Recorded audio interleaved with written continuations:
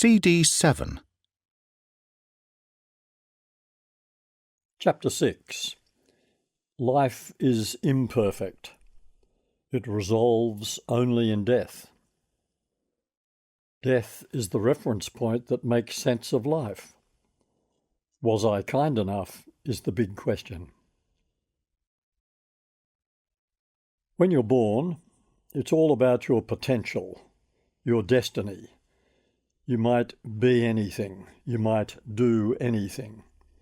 True, your genes will prevent some dreams from coming true, and as time goes by, your experience will shape you, pushing you one way, pulling you another, gradually revealing the direction you are likely to take.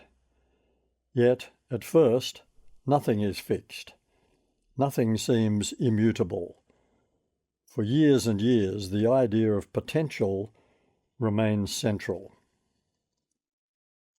In the very beginning, you lay there, utterly dependent on others to sustain you, nurture you, and care for you.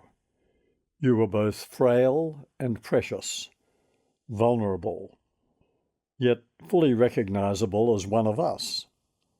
People gathered around your cot and talked to you and about you. You were the object of others' interest and attention and love. You were only dimly aware of them and didn't know what they were saying, but the sound of their voices, especially the voice of the mother who bore you, was a deep comfort. You were an expression of the eternal truth. We are all born into the vast human story, and it is our destiny to play but a small role in that story. When we die, the story goes on, told by others. No one gets out of here alive. That's a modified version of a lyric by Jim Morrison, lead singer of LA band The Doors. At the end, your potential is all spent. You've realized it, or you've squandered it, or more likely, you've done a bit of both. Your destiny has become clear. This was how your life would turn out. You might have done anything it once seemed, and then, gradually, it seemed not. Your genes might indeed have prevented some dreams from coming true. You wanted to be a pilot, but your eyesight wasn't up to it. You wanted to be an architect, but your brain couldn't conceptualize shapes and spaces well enough. Other factors might have limited your options. You wanted to be a priest, but your faith didn't survive the seminary. You wanted to be a psychologist, but you couldn't cope with the statistics. You wanted to be a surgeon, but you fainted at the sight of blood. Perhaps you stumbled almost by accident into the work you did. Perhaps it took you by surprise. Perhaps you thrived on it. Yes, yes, and yes, in my own case. Don't blame your genes for everything. The way your parents or someone else raised you, the schools you went to, the teachers you had, the books you read and the movies you watched, the friendships you formed, the opportunities that came along or didn't, the lucky breaks, the discouragements and disappointments, the little, possibly private triumphs, the hopes, the fears, the fantasies, these shaped you too. For a long time it seemed as if nothing was fixed. Then, quite suddenly, it seemed as if everything was. This job, this partner, this home, these kids. But really there was always more to discover, more to become. Change was possible. Indeed, sometimes it seemed compulsory, like that retrenchment, or that divorce, or that job opportunity in another country, or that illness that meant you could no longer lift heavy objects, so that was the end of the building trade, or you could no longer hear as well as you once did, so that was the end of teaching, or you could no longer respect the values of the organization where you worked, so that was the end of your idealism, and you switched your ambition to having great holidays. As time runs out, you lie there, possibly dependent on others to sustain you, nurture you and care for you for the hours that remain. You wish to die in your own bed, in your sleep if possible. Not possible, it turns out, for many of us, neither our own bed, or at least not the one we always thought of as our own, not in our sleep, though possibly drugged into a fair simulation of it. At the very end, if you are lucky, you are the object of others' interest and attention and love. You seem both frail and precious, vulnerable, yet still fully recognizable as one of us. People gather around your bed and talk to you and about you. You are only dimly aware of them and don't know what they're saying, but the sound of their voices, especially the voice of the one you loved most, is a deep comfort. You are an expression of the eternal truth. We are all born into the vast human story, and it is our destiny to play a small role in that story, and when we die, the story goes on, told by others. Imperfection doesn't begin to describe it. The blue sky fantasy is at its most extreme whenever we think perfection is a possibility. Yet, given the material abundance of the contemporary Western way of life, there's a strong temptation to dream of the possibility of a personal utopia. Though many people are consigned to the margins and never catch even a glimpse of other possibilities, the main thing to be said about life in the early 21st century for most Westerners is that, as assorted politicians seeking re-election have insisted, you've never had it so good. Longevity keeps increasing, though it's now dipping in some places, as medical science finds new ways of treating or curing diseases that were once terminally debilitating. Pain relief is more readily available. More people than ever are contemplating tertiary education, and until COVID-19 arrived, Australia had experienced an unprecedented run of 28 years of continuous economic growth. Crime rates are down, though domestic violence remains a stubborn problem, as does our unenviable rate of sexual assault, and confidence in our long-term future is high. That all sounds, well, not perfect, but pretty good, pretty attractive, pretty brag-worthy. It's not the whole picture, of course. Australian school education standards are falling. The gap between wealth and poverty is widening. The rate of incarceration of Indigenous Australians is shocking. The gender revolution is stalling. We're experiencing an epidemic of anxiety as part of a larger mental health crisis. More than 100,000 people remain homeless. Faith in our major institutions is waning. Individualism is rampant. Social fragmentation is a growing problem with consequences for social isolation and loneliness, and indeed for the level of anger in our society, since people with high social needs are more predisposed to feeling angry when they feel socially isolated. Utopia is still a long way off. Utopia is always a long way off. The perfect society does not exist, has never existed, and will never exist. Which doesn't mean that we should stop striving towards a closer approximation of it. We could do much better than we have so far managed. We could emulate Ireland for a start and come together in drawing up a comprehensive cross-party national plan for Australia's future, ecological, economic, social and cultural. That wouldn't be perfect, but it would be a big step forward. Or we could copy France and convene a citizens' assembly to address the most pressing of all the issues we face, climate change, and make evidence-based recommendations to government. That wouldn't be perfect either, but it might stir complacent leaders into urgent action. As individuals, we know that perfection is beyond us. The perfect job, the perfect house, the perfect school for our children, the perfect haircut, the perfect facelift, the perfect therapist, the perfect movie, the perfect kiss, the perfect family Christmas. No, everything falls short in some way, though if you're lucky, your partner might be a near-perfect blend of imperfections. In fact, if someone seems to have perfect teeth, or a perfect coiffure, or perfect manners, it's a bit unnerving, isn't it? Old-fashioned beauty spots and modern streaks are ways of enhancing beauty by deliberately introducing imperfection. And Persian rugs always incorporate a deliberate imperfection, in deference to the idea that no one but Allah can produce perfection.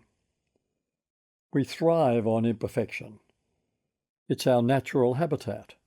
Trees, clouds, waves, mountains, fish, birds, animals, insects, snowflakes, and pearls, all the patterns of nature teach us that imperfection is the way of the world and the essence of beauty as well.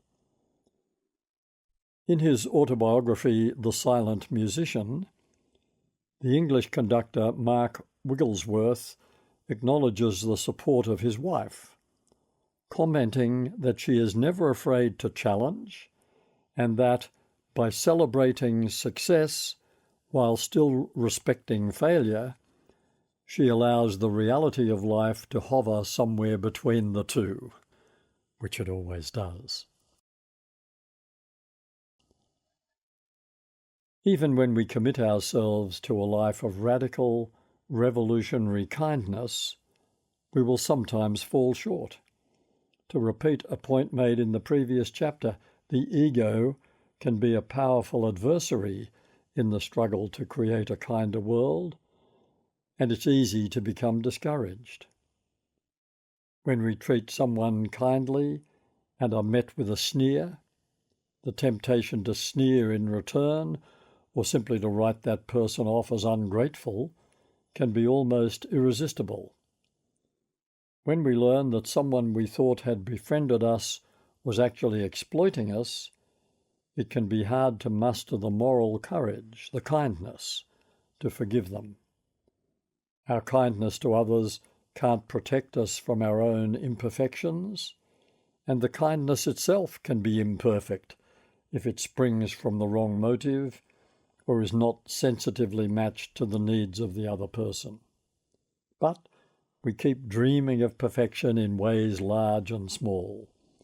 We keep exaggerating our prospects. Have an excellent evening, some TV presenters are fond of saying, though a pleasant evening without any major mishaps would be quite enough for most of us. But no, we have to go for the superlative. Fabulous, absolutely, amazing, awesome, fantastic, excellent.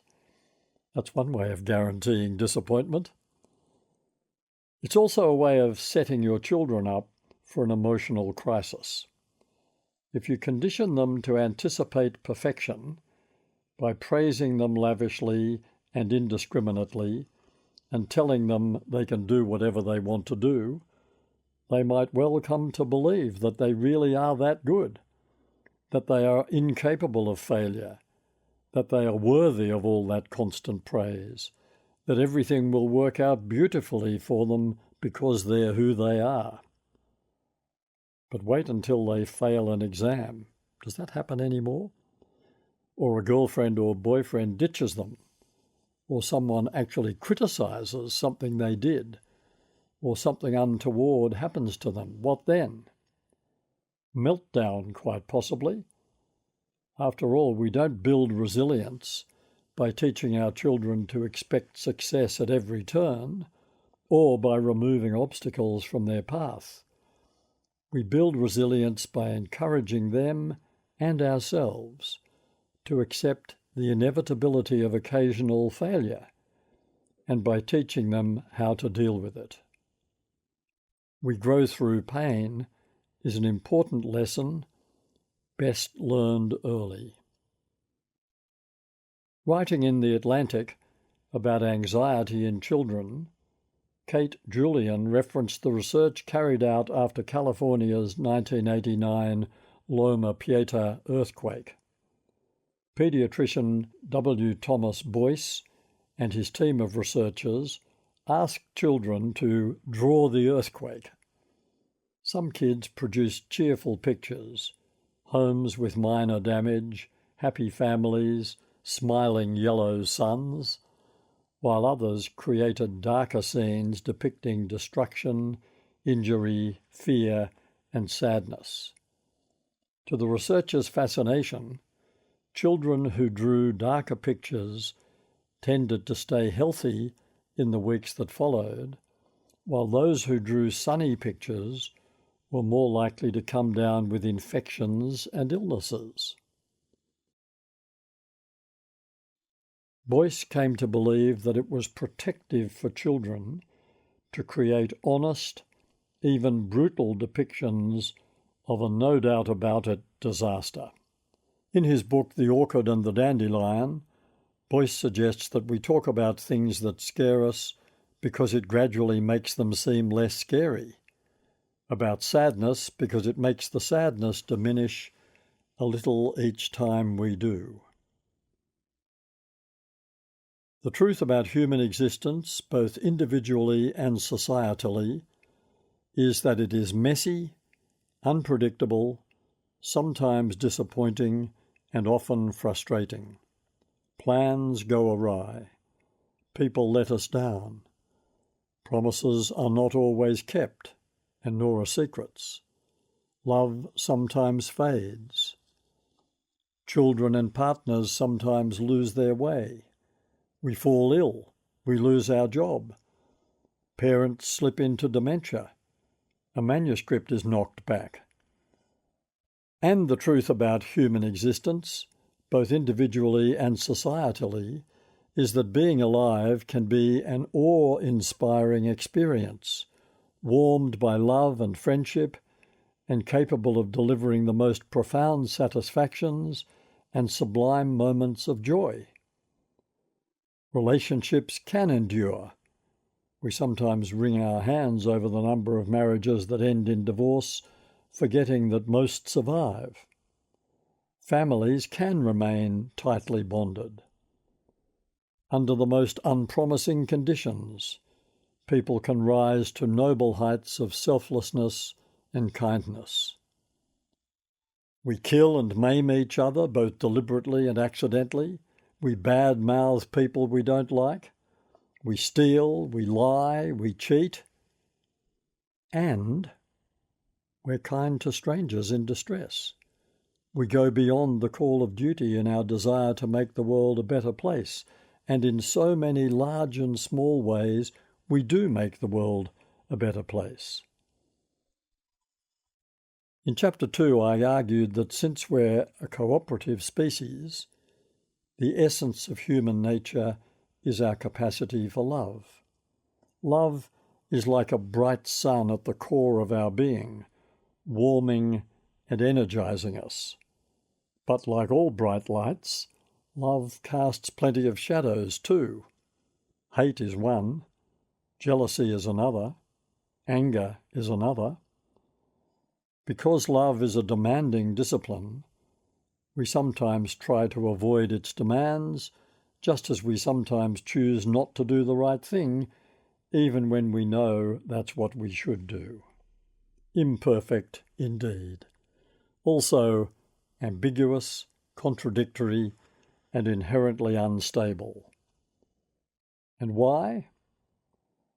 The answer lies in another of our core human qualities. We're non-rational beings. Consider the evidence.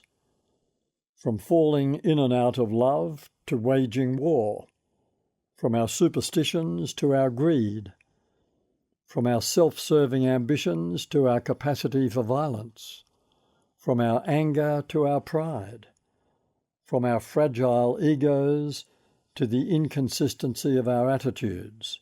If you believe this, how can you possibly believe that? Look at the absurdity of many of our most passionate prejudices about anything from a football team to an ethnic or religious group, and the faith we place in leaders to save us, in spite of the compelling and repeated evidence that they can't. Does any of this strike you as the behaviour of a rational species? Part of our problem is that our culture has been heavily influenced by the Western Enlightenment myth that humans are essentially rational creatures, and that if only we could behave more rationally, the world would be a better place. Would it, though? Surely one of the most charming and creative characteristics of humans is that in many of life's trickiest moments, we are ruled more by the heart than the head. Some of our biggest and most life-shaping decisions, whom to marry, whether or not to have children, where to live, what job to do, often turn out to be more like accidents than the result of a measured, rational process. If we were entirely rational, we'd never have children, since they are painful to bear, difficult to raise, expensive to maintain, and likely to disappoint as well as delight us. If we were entirely rational, we'd never have those bracing arguments that are so healthy for nurturing our relationships, because the appeal to reason would always guide us to find the correct answer to whatever we're disagreeing about. Doesn't the resort to Google take the fun out of a lot of arguments? If we were entirely rational, we'd never buy a new car because they depreciate so alarmingly in such a short time. And there are strong arguments against car ownership in general, new or old. They are expensive to run, they pollute the atmosphere, clog our cities, and are among the leading causes of death. On the other hand, of course, they are one of our favourite symbols of freedom, independence, and status, and they provide us with such convenience and flexibility, we're prepared to set aside all the arguments against them. If we were entirely rational, we would resist the blandishments of romantic love, since falling in love is an irrational state of being that distorts our judgment and impairs our faculties. Madly in love is often an apt description of the state Robert Frost described as the irresistible desire to be irresistibly desired. If we were entirely rational, we'd seek out painful, sad, frustrating experiences and opportunities to fail, knowing they would help us build resilience. Good one, Hugh. If we were entirely rational, according to some economists, we would never buy a house but only ever rent. If we were entirely rational, we'd never bet on the outcome of anything because we'd know that the result lies in the future and it's irrational to predict the future. We'd never buy an ice cream, all that sugar and fat. We'd never place our faith in anything. I need to know, not believe. We'd never float an imaginative new theory. We'd never permit our passions to be roused, lest in the heat of the moment they trap us into doing or saying something irrational. What a dreary prospect. On reflection, aren't you glad you belong to a non-rational species that thrives on failure, that often lets the heart win over the head, that is capable of romantic idealism, wild flights of fancy, and leaps of radical creativity in science and the arts? Aren't you sometimes amused by your own irrationality and reassured by glimpses of human craziness? Aren't you proud of those moments when you did something that seemed adventurous or reckless, like starting your own business when your family urged you to be sensible, or going out with people regarded by your mother as unsuitable because your mother regarded them as unsuitable, or deciding to buy something frivolous just for fun? I have a few favourite examples of human irrationality. two of them from directions given to travellers. To me, in regional Victoria. Take the road out of town and turn left where the dairy used to be. To my wife, in Ireland.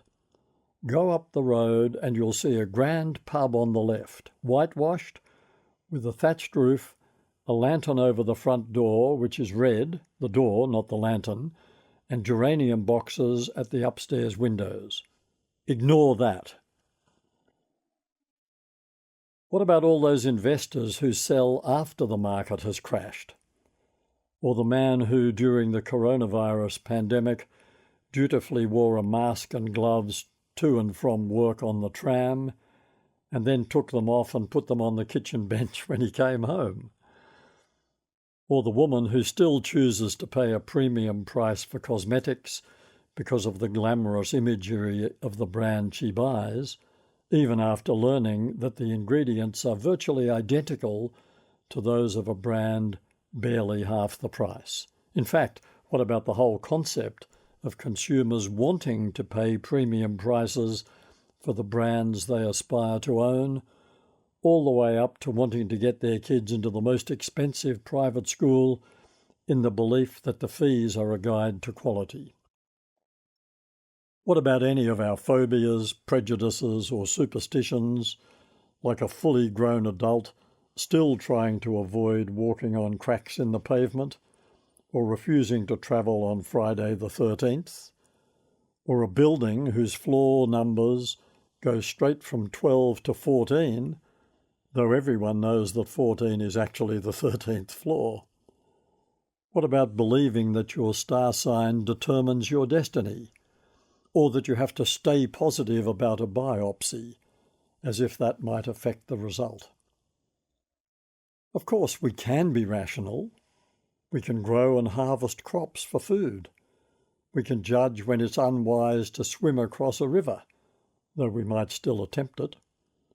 Put us in school for 12 years, add a bit of post-school training, and we can learn to do very rational things. Add up correctly, cross the road safely, build a bridge that won't fall down or a roof that won't leak.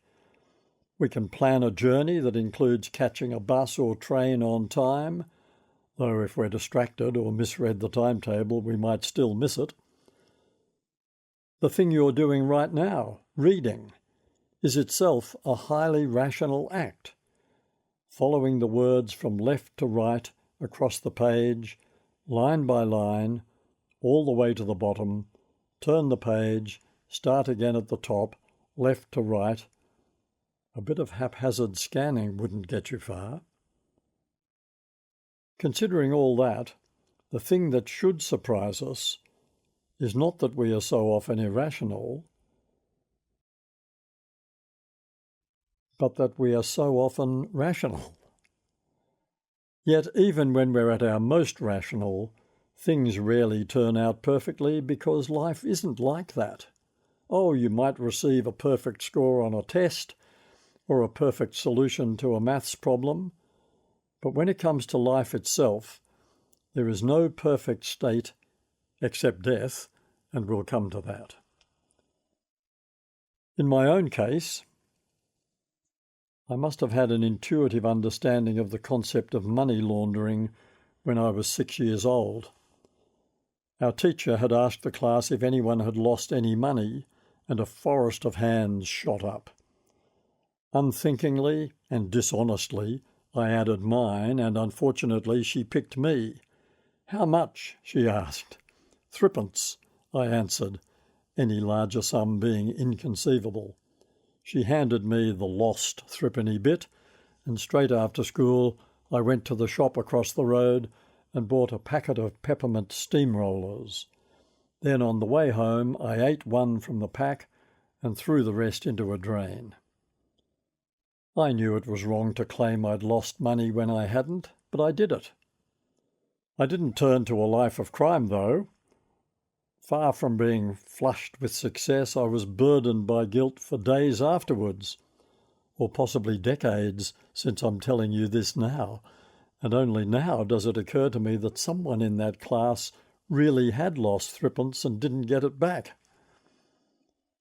Had I been old enough to learn from that incident something deeper than you feel rotten when you do something wrong, I might have grasped that we are capricious creatures, sometimes unreliable and untrustworthy, sometimes glowingly good. That's how life went for me. My two most enjoyable school years were in years 5 and 6 at Artarmon Public with the redoubtable Miss King. Thrilling experiences, attending my first orchestral concert, learning to play the flute, not so thrilling for the neighbours, marching in the school band, making puppets, giving lecturettes, finding I could write an interesting story, mingled with utter humiliation. I also spent every lunchtime of my last term at the school huddled beneath a blackboard that was propped against a wall in the school corridor. There had been a vague threat of playground violence from some kids who had taken a strong dislike to me. I didn't like myself much either, so I guess I saw their point. Secondary education at a private, single-sex school. Why? No idea. Neither of my parents had attended private schools. I was a scholarship boy, more to be pitied than envied by the boys whose parents paid fees. The school library and the army cadets were my relief from the tedium of a mediocre school which had yet to blossom into the academic and creative powerhouse it later became. Plenty of corporal punishment, plenty of emotional abuse, bullying, and victimisation from second-rate schoolmasters, all men, mostly wearing academic gowns. Only a handful remain memorable in a good way. But I did learn The Lady of Shalott and a couple of speeches from The Tempest, enough Latin to be useful, some French taught with an aggressively broad Aussie accent by the coach of the first 15, and a little European history. Out the school gate at 16, bewildered, straight to work, studying at night. The beginning of my research career couldn't have been less propitious. 1955, pre-TV, pre-computers, tedious and exacting pencil and paper clerical work. But I got what it was about and was hooked.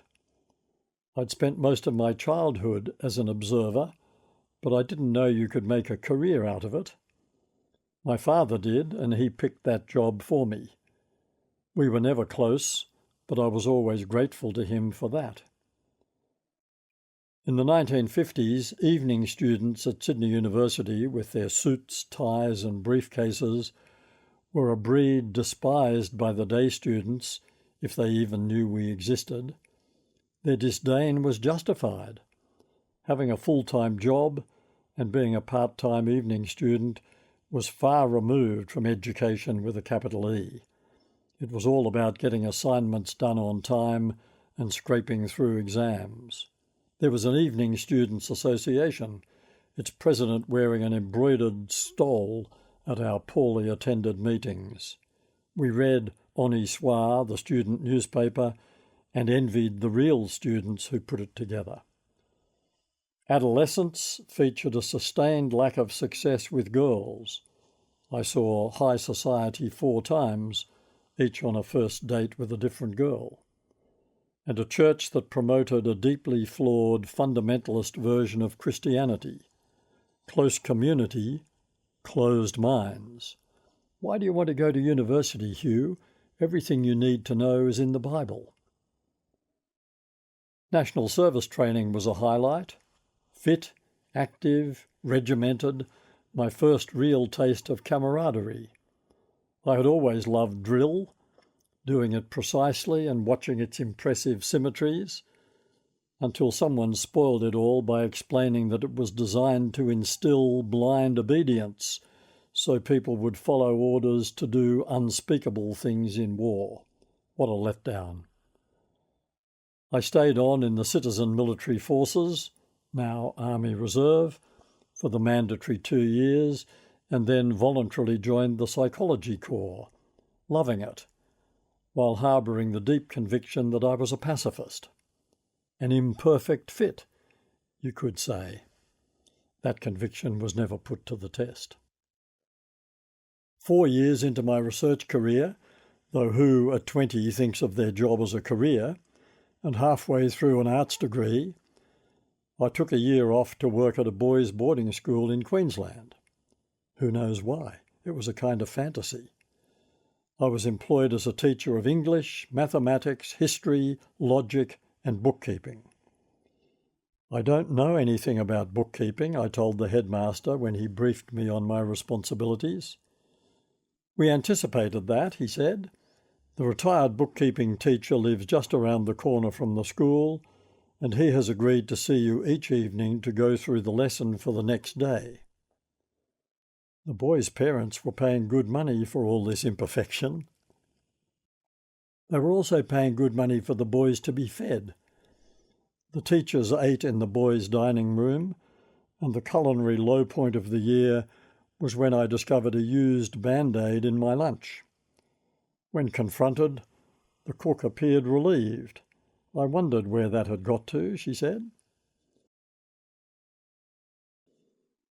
I was also the school librarian, the choir master, a spectacularly unsuccessful rugby coach. Coaching of lowly teams was unknown when I played rugby at school.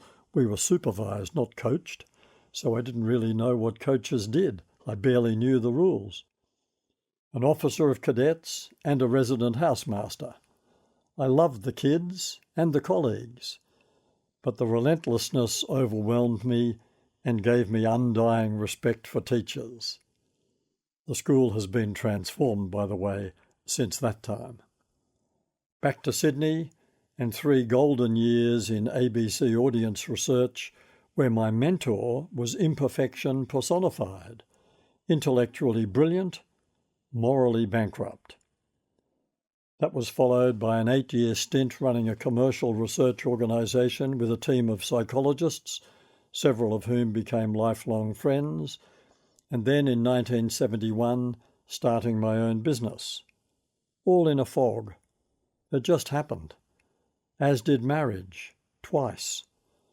There is never a single, simple cause of anything as complex and traumatic as a divorce, and nothing as hard to comprehend and adjust to as 2 divorces. Much later, a surprising 3rd marriage set to endure. She's the realist, I'm the romantic. 2 of either would be much less fun. A big dream. In the 1970s, thanks to a hefty mortgage, I built a conference centre in the central west of New South Wales to run short courses on the psychology of communication for management executives, public servants, teachers, marketing people, and assorted others. They attended in groups of 7 or 8, always colleagues who worked together, so they could learn together and apply what they had learned back in their workplace together. The concept worked.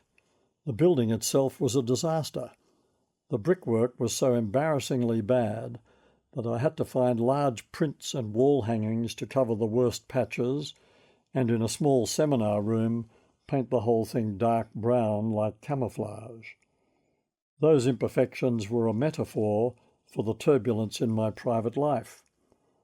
I was living through a marriage bust-up, negotiating custody of the children, building a new home, marrying again, losing a parent, caring for the other one, and keeping the research business going. Imperfect is an understatement. Messy is closer, to say nothing of stressy. There was a communication department in the local College of Advanced Education. A good chance for some collegiality, I thought. Wrongly, as it turned out. Stay off our patch, the head of the department warned me, though we later became friends. The social research business kept me focused and sane, but took me away from my family far too often. Hundreds of nights spent sitting in people's homes around the country, hearing their stories, taking the pulse.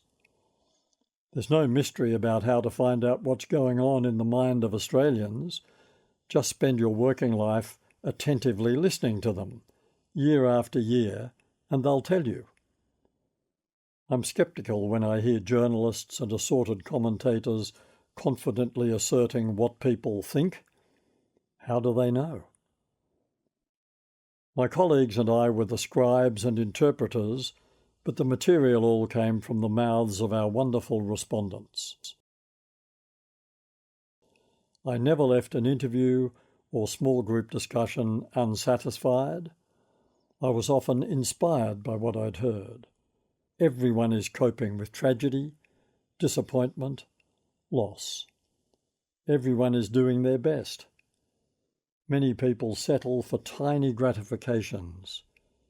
There are unsung heroes everywhere. The writing grew out of the research. My first book, Reinventing Australia, sold well but didn't feel to me like a real book. That would always, for me, be a novel. Fiction is where I get closer to the truth about relationships and internal states, my twin favourite themes. Although 8 of my novels have been published, they have always lurked in the shadows of the non-fiction. There's a tale of human irrationality for you. A writer's fiction is comprehensively ignored. His non-fiction does well. He is determined to keep writing fiction. Through all this, I've moved house 16 times in my 83 years, only slightly ahead of the national average of 1 move every 6 years. I can't imagine another move. Perhaps I've settled down. What has all that imperfection and disruption taught me? That life itself is meaningless until we invest it with meaning. For me, life's meaning comes from the blend of my work and my personal relationships. My work, being largely inductive, is inherently imprecise and imperfect. Because relationships represent a blending of non-rational individuals into non-rational compounds, it's inevitable that some friendships would wax and others wane. I've learned to listen more and say less, which is how I used to be as a kid, a silent observer. Hugh didn't say anything much until he turned 18, I once heard my mother say, and he hasn't stopped talking since. When I was a child, she once took me on a holiday, just the 2 of us, and later claimed I had gone for 2 days without saying a word. As a qualitative researcher, I relearned the art of holding my tongue, which is the principal discipline of the researcher, as insatiable curiosity is the main prerequisite. I know I need to be more generous in every way, including with forgiveness. And having experienced the death of many of my closest friends and colleagues, I've learned to value more highly those I still have, to grapple them to my soul with hoops of steel. I learned that one at school too. I believe in lifelong learning, and my friends, along with the novels I read, are my greatest teachers. Most of all, I've learned the therapeutic and potentially transformative value of kindness more from receiving it than giving it, I regret to say.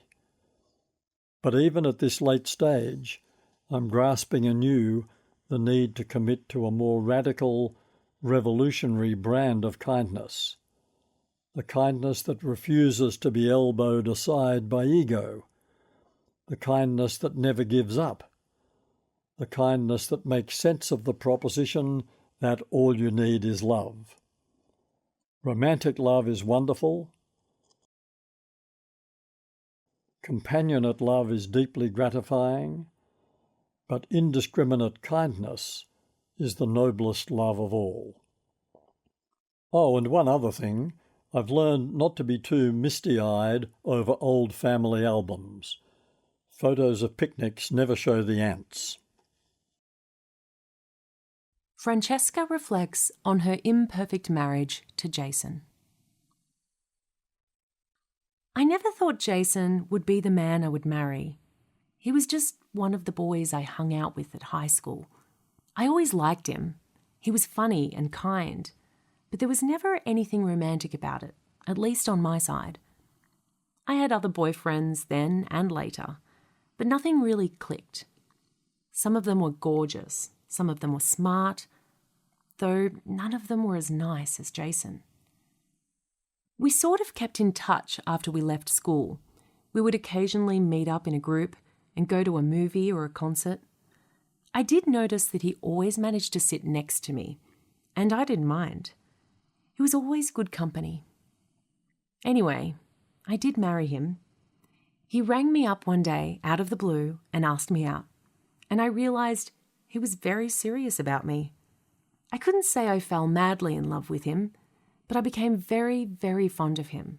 In fact, in some ways, I think I love him more now, after 30 years of marriage, than I did on our wedding day. Don't get me wrong, I liked him a lot, and I was definitely attracted to him.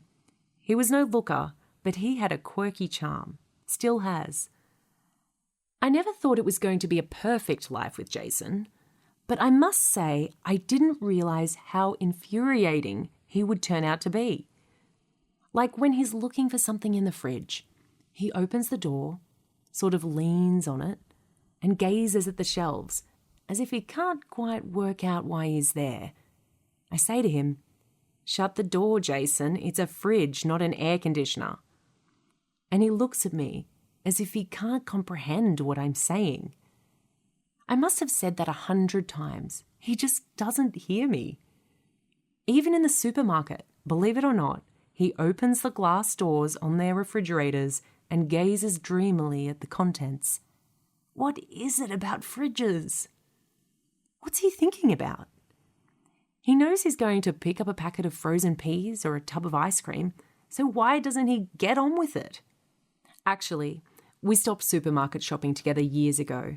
I can't stand the pace he shops at. There's all the usual stuff, of course. He never rinses the basin properly after he's shaved. He picks his teeth and then examines whatever he's managed to excavate. He won't wipe his shoes thoroughly on the doormat. I've stopped nagging. I know, this stuff seems trivial. He's never hit me. He's rarely shouted at me. He's never been unfaithful that I know of. That would have been the end for me. He's been a terrific dad to our 2 boys. But sometimes I think, no, that's an unworthy thought. I'm very lucky to have Jason. It's not perfect, that's all I'm saying. My sister's just turned 55, 3 years older than me, and she's still looking for the perfect man. Also the perfect shoe, the perfect hair colour, and the perfect holiday destination. 2 failed marriages, though she insists they were not failures, they just ran their course.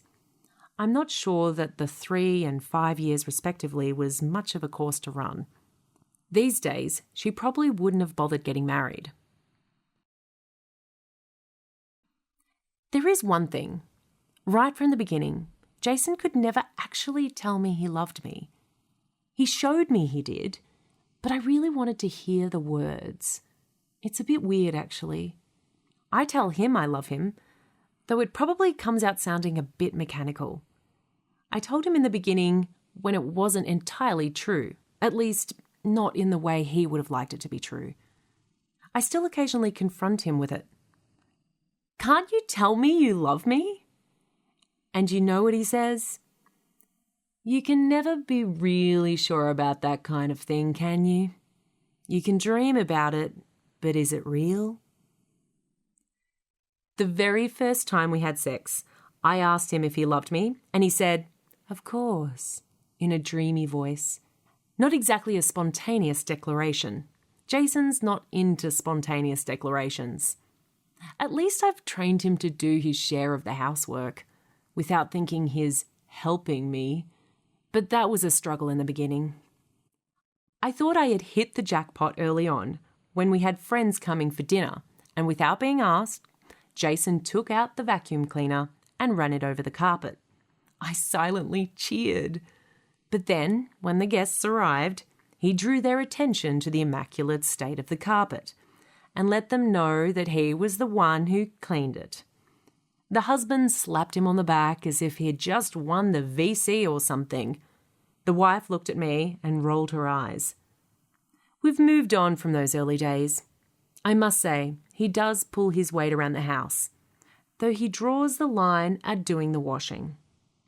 I sometimes wish he'd linger over the washing machine the way he lingers over the fridge. It's funny about having guests, though. We do it more now that the boys are grown up and gone, but it never feels quite right, never quite authentic. Jason manages to come across as this attentive, helpful husband, much more than when we're on our own. Gets everyone drinks, clears the table, makes the coffee, all that. Then, when they've gone, he retreats to his study and shuts the door. I don't know if he's sulking or recovering from the strain or working. I clean up and we never say anything about the evening. Weird. Look, I'm glad I married him. I really am. Our intimate life has mostly been lovely. Raising the boys together was a great experience, except when it wasn't. They could be little wretches, of course. Don't start me. But Jason was always there for them and always backed me up when there was any drama, which there often was. I once read an article about how parents are at their happiest when they are away from their kids, and I can tell you there were plenty of times when that was true of us. He's recently taken up playing veterans soccer. He and a mate have joined this team of blokes in their 50s and 60s. Jason is actually one of the younger ones, and they puff and pant around a local park for training one night a week, and then they play a game every Sunday morning. I go along, like I used to for the boys. It breaks my heart to see him trying so hard and taking it so seriously and being so irretrievably bad at it. But he loves it, and I notice he can say that. I love soccer. It's just the word you he can't manage to put in that sentence. I'm glad I went back to teaching once the boys were both at school. The staff are fantastic and the kids are mostly a real joy. And even when they're not, I still enjoy the challenge. Jason never asks me about it though. And that's another thing. When I talk about my day, he just glazes over. At my parents' 50th wedding anniversary, I remember my mother saying that someone had once asked her if she'd ever contemplated divorce. Divorce? Never, she said. Murder? Often. Well, I've never contemplated either of them. I know it's not a perfect marriage, but it's ours. It works. It's been the best we could do. And neither of us ever thought of quitting, unlike a lot of our friends who divorced in the hope of doing better with someone else. Some did, some didn't. I used to wonder occasionally what it would have been like to marry one of those more handsome boys. One of them has done really well in politics, and another is filthy rich. Not sure from what. But now, I'm inclined to think that what people say is true. The secret of happiness is being content with what you've got. Well, even the contentment isn't perfect, I have to say. But Jason and I are still each other's best friend after all these years. That's not bad, is it? It's still a work in progress. Before I'm finished, I want to see him go to the fridge, open the door, take something out, close the door. Just once. We need to talk more openly about death. First, let's get a few old favourites out of the way. Some of them are funny and famous, like Woody Allen's "I'm not afraid of dying, I just don't want to be there when it happens," or Spike Milligan's choice of epitaph for his tombstone, "I told you I was ill," rendered in Gaelic. Dylan Thomas's decidedly unfunny but equally famous lines capture the fear of death and resistance to the moment of departure. "Do not go gentle into that good night. Old age should burn and rave at close of day. Rage, rage against the dying of the light." Then there are the favourite lines of those who wish to appear wise, detached and philosophical. I know the world got on perfectly well without me before I arrived, and it will get on perfectly well without me when I'm gone. Which, while obviously true, is not the issue. We're not talking about how the world will get on without us. We're talking about our death. Some people dream of swallowing a peaceful pill when the time comes to ensure a pre-death oblivion. Others want to be fully present, surrounded by family and friends. Others want to die in their sleep. One friend who believes in reincarnation wants to die in a plane crash so she can be fully aware of the moment of transition.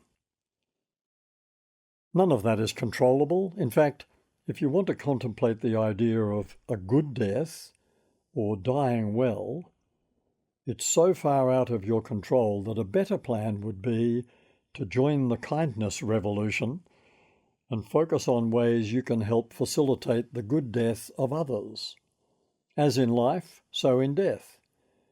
We are at our best when we are focused on the needs of others rather than ourselves.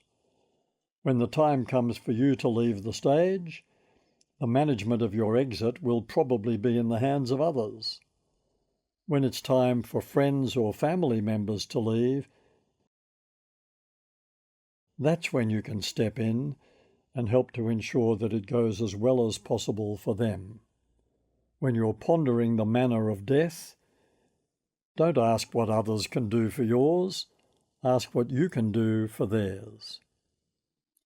Meanwhile, let's talk about death itself. It's not one of our favourite subjects, and quotes like those from Woody Allen and Dylan Thomas only reinforce the deeply unhealthy tendency in our society to avoid straight talk about death and dying, to shield children from death's reality, to be so obsessed with ways of staying alive that we almost manage to repress the unpalatable idea of mortality.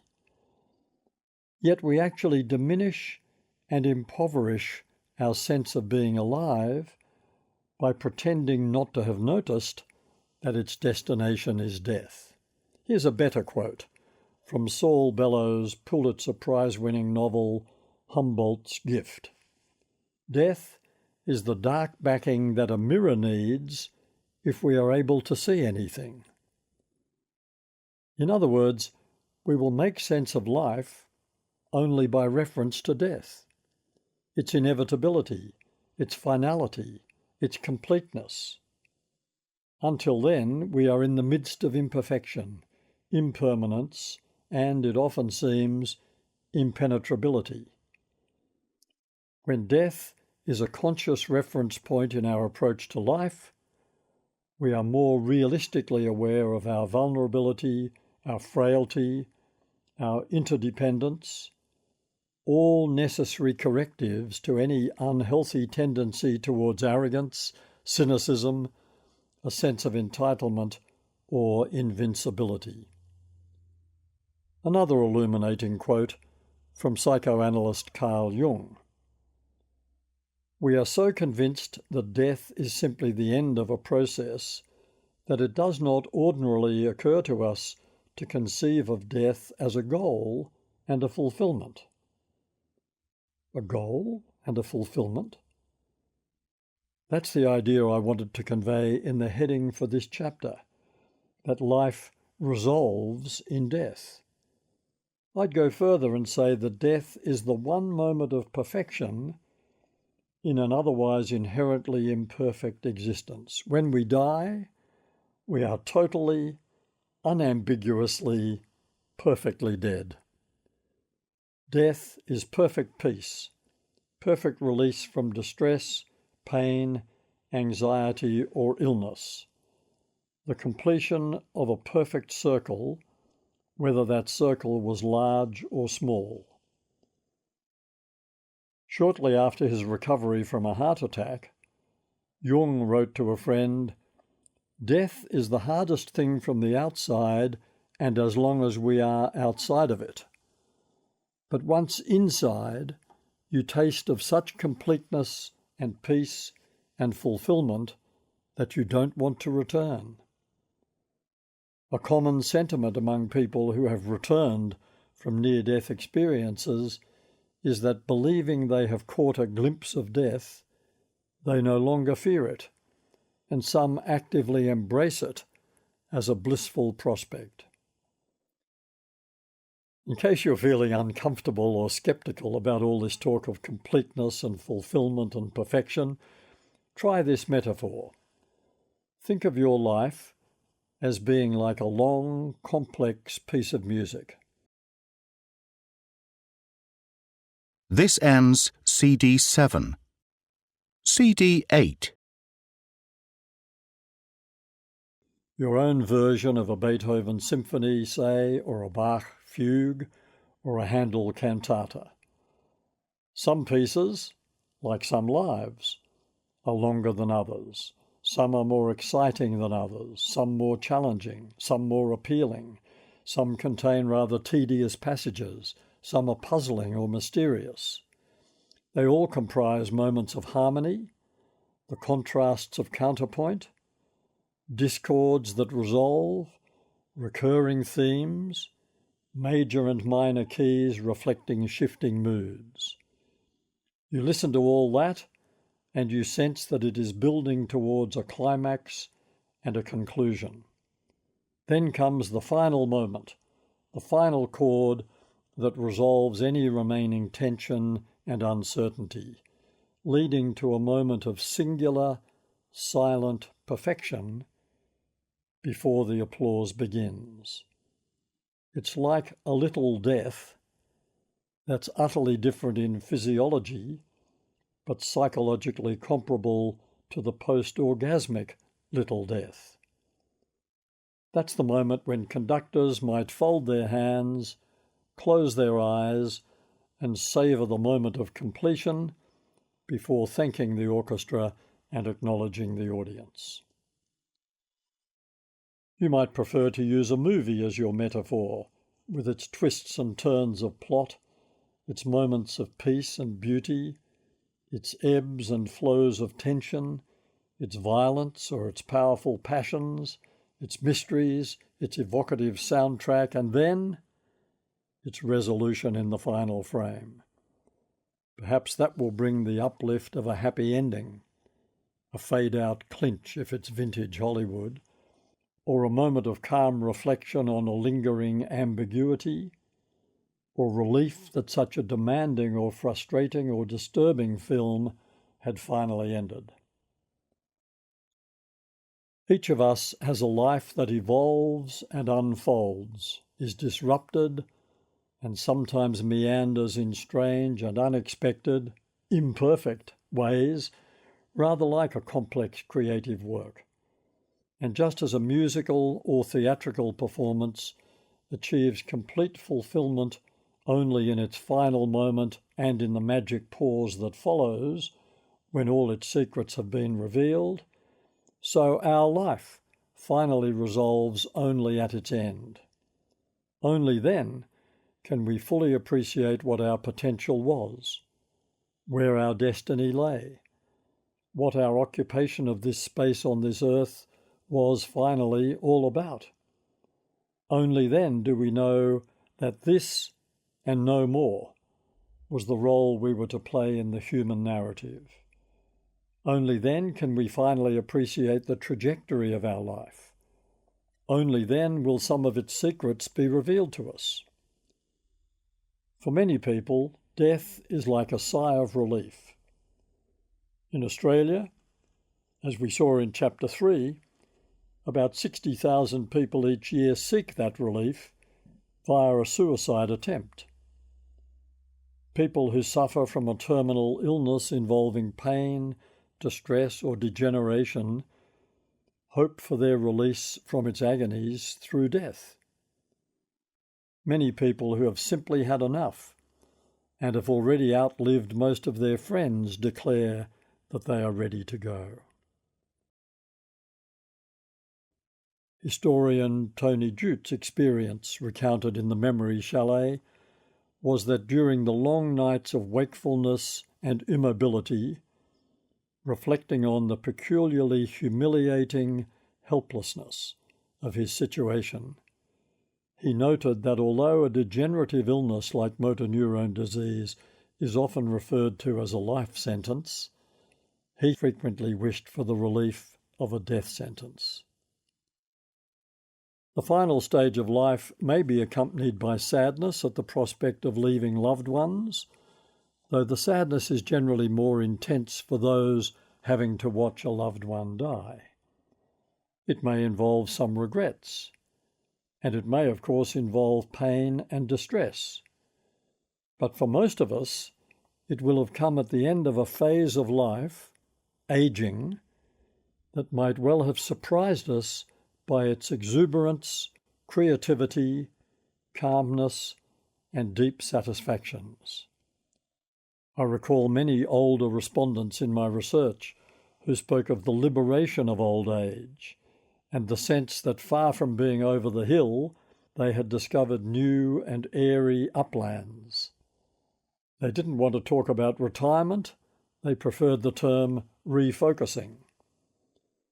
Australian novelist Charlotte Wood once described an event where, in response to Wood's mention of her own midlife happiness, a woman in the audience cheerfully shouted, "You think it's great when you're 50, wait until you're 70. Of course, it's not great for people suffering from health or financial difficulties, those classic twin detractors from the pleasures of ageing. But Wood reminds us of the global studies that reveal the paradox of age, a U-curve showing that life satisfaction typically declines from childhood through to our 40s, then rises to the point where it is far greater at 90 than it was at 18.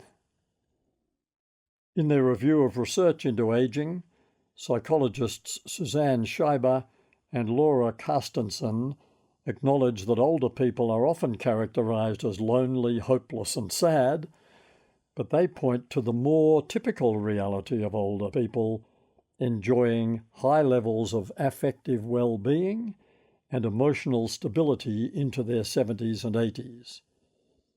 There are many exceptions, of course, and a wide range of individual differences, but this is the big picture. Most older people are better able to regulate their emotions than when they were younger, better equipped to handle emotionally fraught situations, to anticipate the likely course of events, and as a result more likely to show kindness and be able to live in the moment.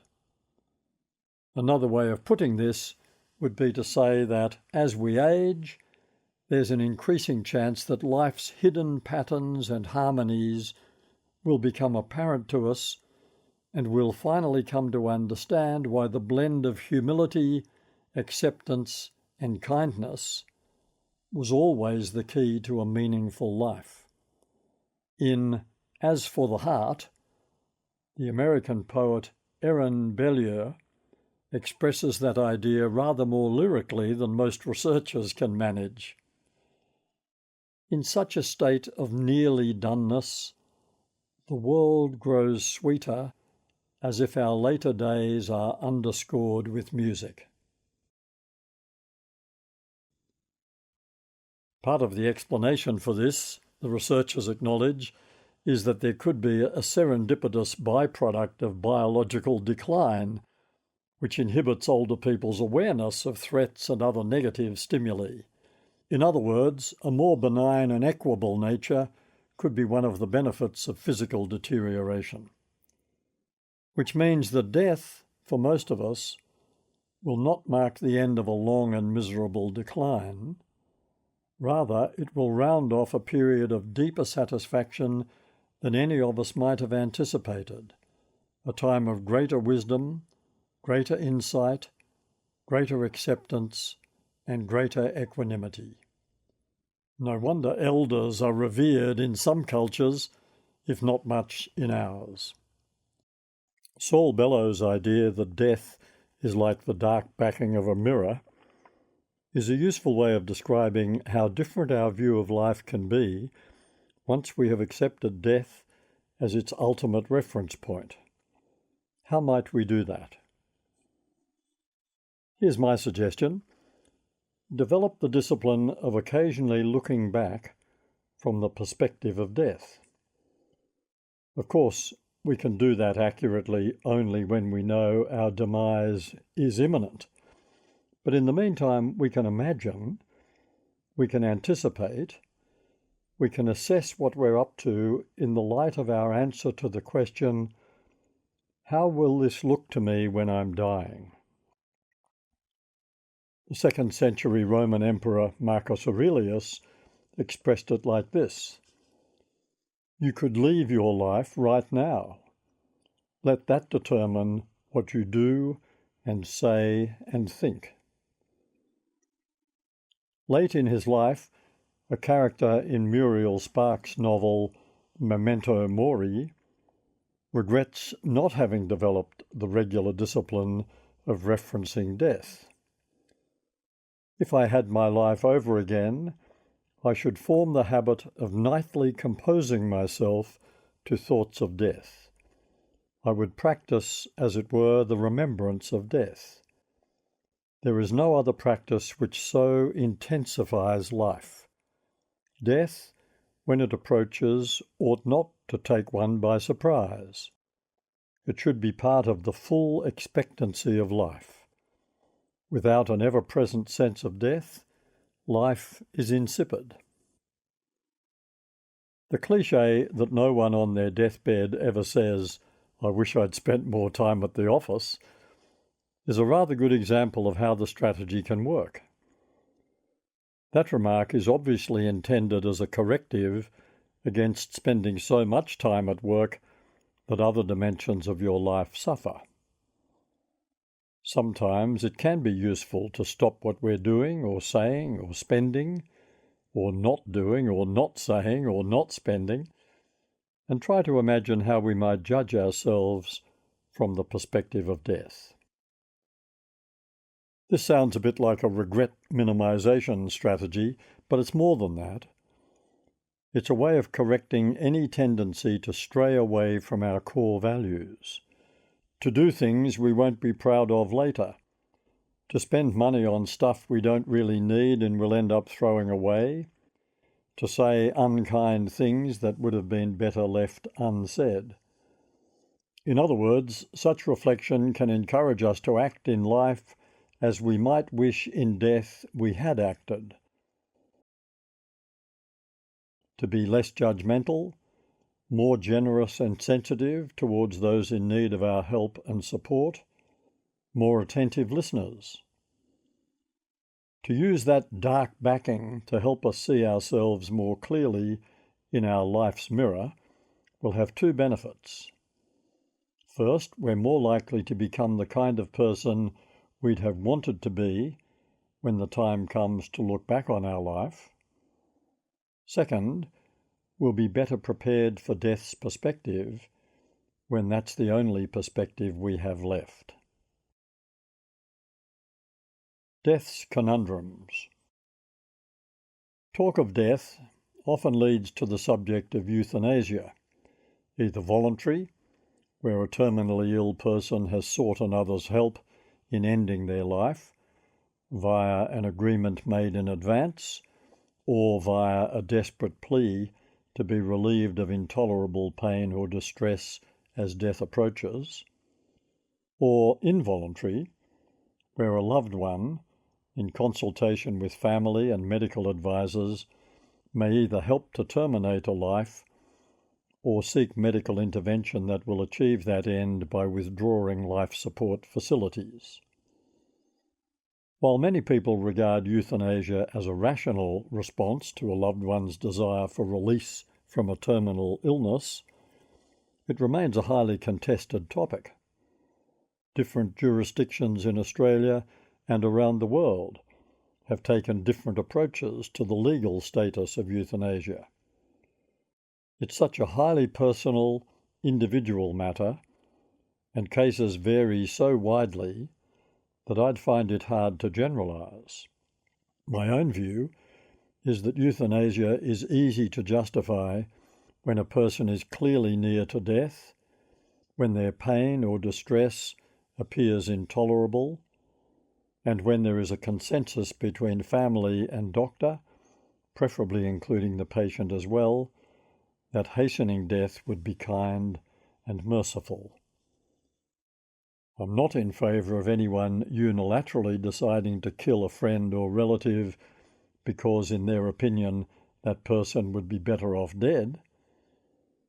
But I am totally in favour of a compassionate, consultative, sensitive approach to the terminal relief of unendurable suffering, as long as appropriate medical advice is sought, and especially if the person who is suffering has requested such relief. The other endlessly controversial death topic is, of course, the afterlife. What happens when we die? Does anything happen? Where do we go? Do we go anywhere? Does our soul migrate to another body in an endless cycle of reincarnation? Does it make sense to think of there being a spiritual component to a person that outlives their physical body, possibly for a few moments, possibly forever? Are we convinced by people's near-death experiences to accept that death is a pleasant, possibly a transcendingly blissful experience because it is a doorway to some superior existence beyond mortality? On such matters we are all free to make our own choices because the evidence one way or another simply isn't available to us. If the idea of some kind of afterlife is appealing, then you will probably believe in it at some level. If it isn't, you won't. In my own case, I'm intrigued by the possibility, as long as it doesn't involve perpetual blue skies, but I recognise that any post-mortal existence would be so completely unlike this one, beyond self, beyond time, beyond space, that it must inevitably lie beyond human imagination. The proposition that in the end we'll know whether or not there's an afterlife is logically flawed. We'll only know if there is some state of post-death existence, and even then, knowing, as we mortals understand the term, might be eclipsed by some other form of consciousness entirely. All this uncertainty leads some people to embrace an adapted version of Pascal's wager, named for the French philosopher Blaise Pascal, who argued that we might as well believe in God because we have nothing to lose and everything to gain by living as if there's a God, just in case there is. The adapted version says the same about an afterlife, particularly one that involves rewards and punishments, though that's a version of the afterlife I could not personally imagine. Since we have nothing to lose and everything to gain by living as if there is an afterlife, we might as well do so. Personally, I'd prefer to be less pragmatic about it. What should we do with the knowledge that we are inherently non-rational creatures, destined to live imperfect lives, and that death is inevitable? Putting those two things together, we can say this: fear of death is the most irrational of our fears. It doesn't matter how we face death, we'll still die. Death doesn't require any particular skill. It just happens, and it happens to everyone. Better to accept its inevitability and to live as if we know it's coming than to engage in the kind of denial that diminishes our appreciation of life by taking the dark backing off the mirror. Whether death turns out to be a termination or a transformation, death itself is an intriguing moment of release. What's to fear? Fear of pain, distress, or degeneration is another thing entirely and perfectly understandable. Yet if those things happen, death will come as a relief. And the proposition that death will rob us of a future is logical nonsense, since there is no future, only a constantly arriving present, which will then stop arriving. Beware of the madness of perfectionism. I'm not urging any of us to try less hard than we can, to do less than our best, but I am encouraging us to be realistic about what's possible and to operate within the limits of sensible expectations. The pursuit of excellence is similar, in its wrong-headed orientation, to the pursuit of happiness. Both pursuits are prime examples of the blue sky fantasy. They set up excellence or happiness, both exceptional states, as if they should be normal. That way lies madness. That way lies the inbuilt disappointment of people whose goals were always unrealistic, but who clung to them as if happiness or excellence or perfection could somehow count as the standard against which they might measure the worth of their life or their work. Don't fall for it. Sometimes you'll do something terrific. Sometimes you'll fail. Sometimes you'll feel deliriously happy. Mostly you won't. Sometimes life will chug along in its tedious way for a while until a good or bad thing happens. Sometimes you'll feel like a hero, sometimes an also-ran. It won't always be clear why you succeeded or failed in a particular situation.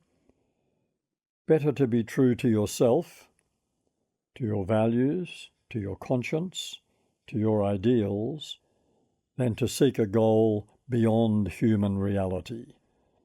Leave room always for humility, modesty, and restraint. Don't look for rational explanations of other people's behaviour. Have you ever been puzzled by your own behaviour? Why did I do that? Why did I say that? Where did that come from? We all have. And that's partly because we are all driven by a complex interplay of competing desires, and partly because we are not as rational as we pretend to be. We do things for all kinds of reasons, some of them contradictory, or for no reason at all. And we often can't explain ourselves to ourselves. We simply don't know why we do some things. What's true for ourselves is true for everyone else as well. When someone's behaviour puzzles you, don't seek only rational explanations. Look instead for the underlying emotional factors in play. Is this person feeling underappreciated or unacknowledged? Frustration of the desire to be taken seriously can trigger all kinds of irrational behaviour, all the way to violence. Is this person feeling unloved or isolated or excluded, starved of kindness? Are they feeling adrift with insufficient social connections or an inadequate belief system to sustain them? Those are the places to search for explanations, recognizing that they might not be rational at all, or at least not only rational. Here's one of the unkindest things we ever ask each other. Why can't you be more rational? The truthful answer to that question is, because I'm human. Wisdom, the silver lining of aging. It's easy to be wise after the event, the saying goes. In fact, it's only possible to be wise after the event, since wisdom depends on experience. And that's the great thing about the journey through life. Whatever else might be happening, experience accumulates as we age, and unless we've kept our eyes and ears firmly shut, we'll learn valuable lessons about the irrationality, complexity, and unpredictability of human behaviour. With any luck, that will lead in turn to a more benign, compassionate, and patient outlook on life.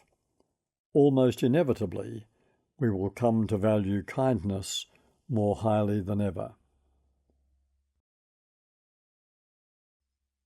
If we acquire more wisdom as we age, then perhaps the greatest lesson we learn is that wisdom itself is not about explanations or answers. It's more about recognizing and embracing life's mysteries, the miracle of unconditional love, the varieties of faith, our hidden reserves of courage, the richness of diversity, than trying to explain them. We keep asking why, but we don't always get an answer, and that's just the way it is. Sometimes there are no accessible answers. Why some people attract us and others don't is a mystery we need not penetrate, any more than we need understand why one piece of music, one novel, or one film appeals to us more than another, or why we are suddenly attracted to something that had previously left us cold. Particularly in our inner life and our personal relationships, the dream of perfect understanding might have to yield to the realization that the key to some of life's deepest and sweetest mysteries is destined to remain hidden. Chapter 7. Our influence endures long after we've gone. What others will mainly remember is our presence in their lives rather than the work we did. We are all a work in progress, and curiously, the work does not stop at death. Life's work, especially love's work, goes on, mainly in the influence we have exerted on those whose lives we have touched. It is the recollection of our presence in their lives, rather than any particular achievements, that people will carry with them after we've gone. Yes, there are some cases where particular achievements may be remembered: the winning goal kicked in a grand final, the pictures painted or the books written and appreciated, the healthcare skillfully and kindly delivered, the classes inspiringly taught, the buildings designed and constructed, the symphonies composed and enjoyed by generations of rapt listeners. But putting in a memorable performance is a very different thing from the personal influence we exert on each other's lives. We read and enjoy a book, or watch a film, or listen to a symphony with appreciation but absolutely no sense of personal connection with the creator of the work, any more than we feel a personal link to the architect of a building we enjoy living or working in, or the row of former chancellors whose portraits gaze down on us at a university graduation, or the cricketer who thrilled us with a swashbuckling century at the first test match we ever attended. We might respect the contribution made by all such people, but there's no sense of their personal influence on us, as there is with the friends, neighbours, colleagues, and family members whose lives have personally intersected with ours. It is primarily through personal relationships that we shape each other's destiny, enrich each other, encourage each other, nurture each other, or, on the contrary, diminish, demoralize, or undermine each other. It's often disappointing and sometimes distressing to learn too much about people whose performance we have admired, or whose creative work has influenced us, but whom we have never personally known. Learning some unattractive details of the personal life of an esteemed public figure will inevitably erode our esteem, and in cases where the public image relied on hypocritical concealment, that's appropriate. Reading the biography of a favourite author is often a terrible letdown. Knowing too much about the private life of this composer or that painter can tarnish our appreciation of their work.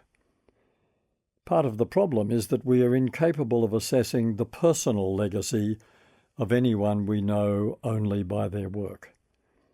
No biography will capture it all. Every biographer is forced to speculate, imagine, and extrapolate. When, in 2020, I read a review of 2 books about the life of the American poet Robert Lowell, I was so appalled I resolved never to read any more of his poetry. Many years ago, I recall wishing I had never read biographies of the novelist Graham Greene and the psychotherapist Carl Rogers. I always knew they were only human, but I didn't know them. I only knew and loved their work. I certainly didn't need to know the details of their every frailty, of which, inevitably, there were many. School teachers play a big part in the formative years of our lives, but how many of them can you remember? And how much of what they taught you? In many cases, it's the eccentricities, the tics, the slogans, the same tweed jacket or black skirt worn daily that stay with us, because they were glimpses into the personality. While I was writing this, into my inbox popped a missive from my old secondary school, including a quote from the eulogy delivered many years ago at the funeral of one of my mathematics teachers. It included some of that teacher's favourite sayings which have stayed with me all my life. Speed plus accuracy equals A. If we say we have no homework, we deceive ourselves and the truth is not in us. If you want to get anywhere, you can't dodge the drudgery. How true, Mr. Ritchie. But the most significant part of that eulogy was this. He, who sought no praise, no honours, earned the respect of everyone. The warmth and kindness of his legacy are still with me and many others, though in my case it has nothing to do with maths. I still meet people who were pupils of Miss King, my years 5 and 6 teacher mentioned in Chapter 6, and like me they recall her influence with deep gratitude. We knew her ambition was for us, not her. I'm sure the idea of her legacy could not have been further from her mind, yet it lives on and on. It's usually a mistake to calculatedly play to the gallery of posterity, especially if that limits our sensitivity to the people in the here and now who need our presence. A sadly recurrent theme in the biographies of people who have single-mindedly sought fame, wealth, status, or power is that they often achieved these goals at the expense of those who were trying to love them.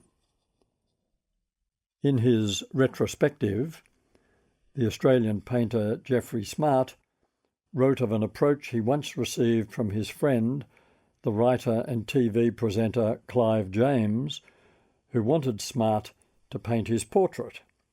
Smart refused, saying he didn't do commissions.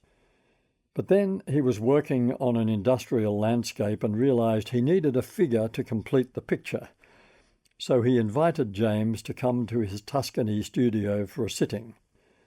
The result was a picture called Portrait of Clive James, a typical smart urban landscape dominated by a huge corrugated iron fence with an expressway overpass in the background, and leaning against its concrete balustrade, the tiny but just recognisable figure of James.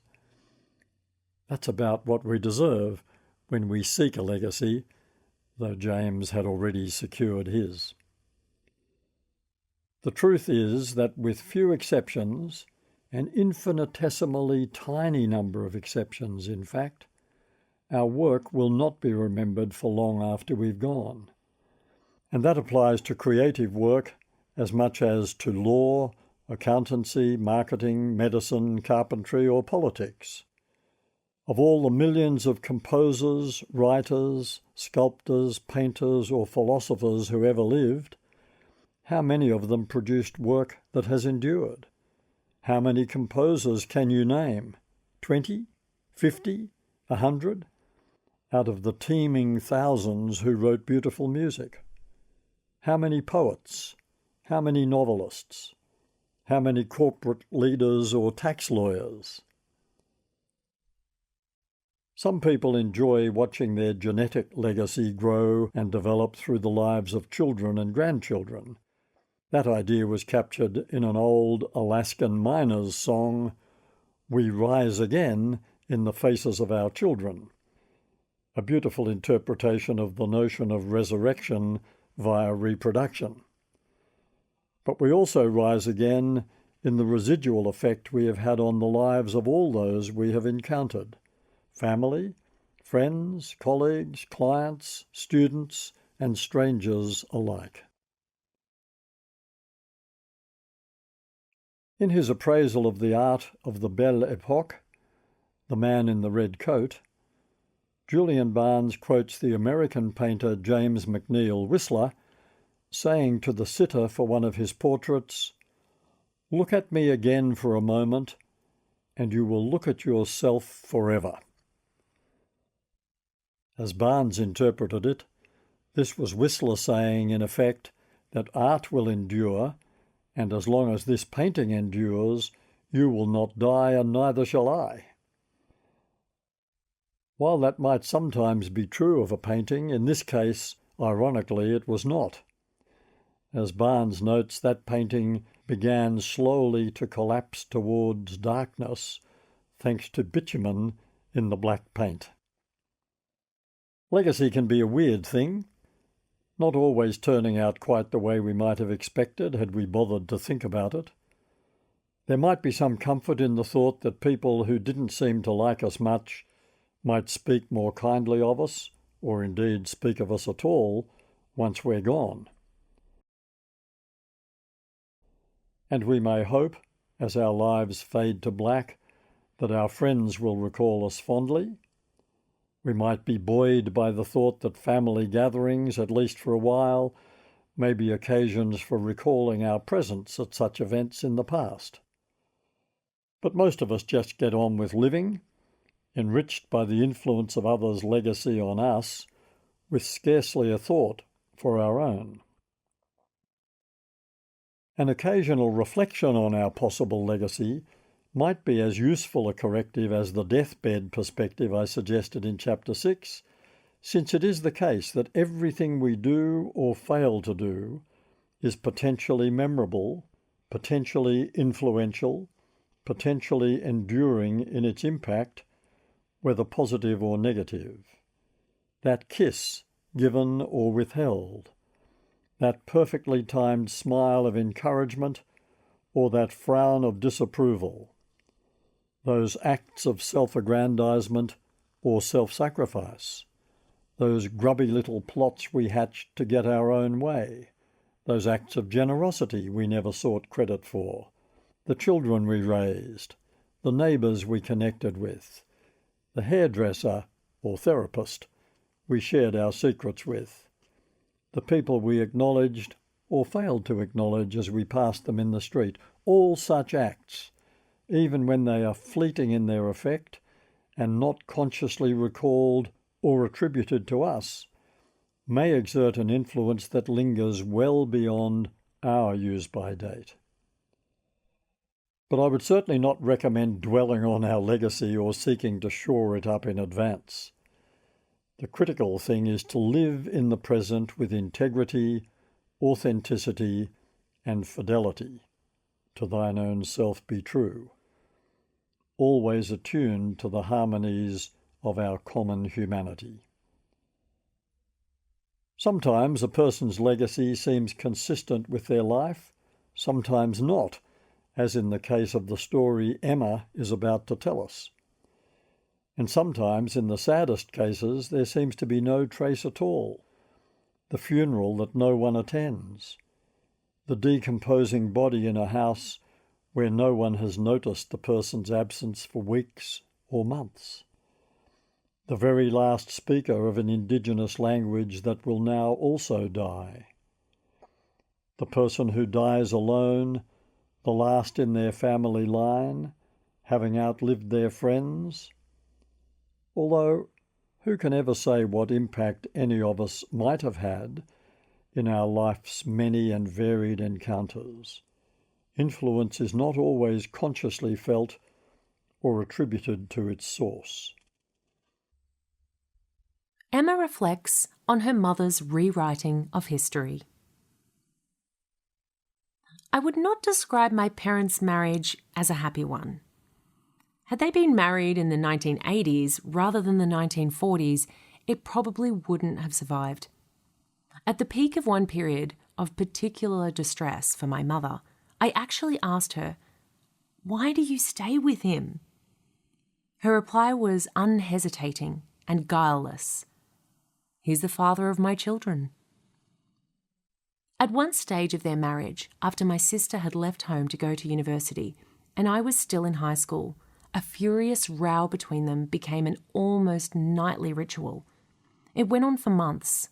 I would sit in my room, studying or listening to music, hearing their voices rising to the inevitable climax when my mother would begin weeping. And only then would my father relent. He used to shout so loudly that he seemed out of control, and I sometimes feared that he would actually hit my mother, although he never did, as far as I know. I never heard the substance of the argument. I kept my bedroom door shut and covered my ears, and quite often I would leave the house and take a walk around the block while things settled down. Only towards the very end of my mother's life did I learn that the arguments were about my mother's suspicions of my father's sexual infidelity. As they aged, the temperature seemed to cool. They moved to the coast and I saw less of them, but there did seem to be less tension when I visited them. The main thing I used to worry about was whether I would inherit my father's anger, but in fact, I think I inherited my mother's patience. Don't tell my husband I said that. When my father died in a car accident, he drove as he lived, recklessly. My mother was briefly distraught, and I assumed there would be a lot of relief mingled with her grieving. But then a new picture started to emerge. Over the following months and years, she would make frequent references to what a wonderful husband he had been. What an interesting life he had given her. How she would have been a duller person without him. Suddenly, he was a saint, whereas in their life together, I always thought she was the real saint. At first, I could scarcely believe my ears. Was she talking about the same man? Then I realized that she was actually quite lonely, and she probably was missing him. His voice had been the soundtrack to her life. Also, they'd hardly had time to put any roots down in the place they'd moved to. After my father died, and before our daughter was born, my husband and I tried to persuade my mother to come and live with us, but she wanted to stay in the spot my father had chosen for them, as if it might offend him for her to move. Actually, I guess she was always more than a little scared of him, and that was part of his legacy. She was still scared of him. But on the surface, at least, it had all changed. She set up a little nest of photographs of my father, one with her, one with his favourite car, an old Morgan, and a couple of headshots taken when he was considering going into politics. It was like a shrine. She always had a vase of flowers on the shelf, and when my daughter was old enough to be interested, my mother would show her the photos and tell her these amazing stories about what a wonderful man her grandfather had been. I never knew whether half of them were true, and I never felt I could ask. We were operating in some fantasy world when it came to my father. Only at the very end, when she told me about my father's affair, did my mother seem to have decided she could finally face the truth.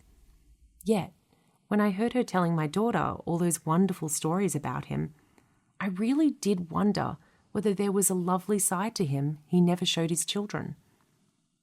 Sometimes I feel a little sorry for a man who had to live with so much anger. But then I think of how he treated his wife, and my sympathy dries up a bit. I shouldn't be too harsh. The revised version of history was no doubt a consolation to my mother, and the more she glossed it, the more she believed it. In any case, what do any of us know of our parents' marriage? Maybe there was good stuff in among all the pain. Emma's father might have been permanently affected by feelings of rejection in his own childhood, or he might have been one of those people who managed to go through life without a backward or forward glance. That can sound admirably mindful in some ways, like being in the moment. But in his case, it was not associated with a calm, reflective, mindful presence. On the contrary, he escaped from his past and seemed to accept no responsibility for the consequences of his behaviour by bulldozing his way through life with an eat, drink and be merry philosophy, though it seemed to lack merriment in practice. Some people do manage to keep moving in a way that leaves no time or room for regret, rumination or reflection, and certainly none for anticipation of how they might be remembered. More typically, however, part of our natural desire to be taken seriously, to be acknowledged, appreciated and heard, is to be remembered well. That's why some people make deathbed confessions, or offer last-minute apologies, or grant forgiveness to someone towards whom they have nursed a grudge for years. Sometimes that's simply to ease the conscience of the dying person. Sometimes it's a last-ditch attempt to burnish their legacy. Paradoxically, the people we remember most kindly tend to be those who never gave a thought to their legacy because they were too fully occupied contributing to the human project. Here's a glimpse of one of them. John Brown, a very different kind of man from Emma's father. John Brown's soul goes marching on. John Brown lived in a small semi-detached house in an inner western suburb of Sydney. The very name John Brown struck people as somehow appropriate for such a restrained, modest man, though mostly he was known as Brownie or JB. It would have been tempting to describe John as a man who kept to himself, except he didn't. To a remarkable extent, considering how quiet he was, he became an identity in his neighbourhood, known and appreciated for his unfailing kindness, his willingness to give others a hand when they were in any sort of difficulty.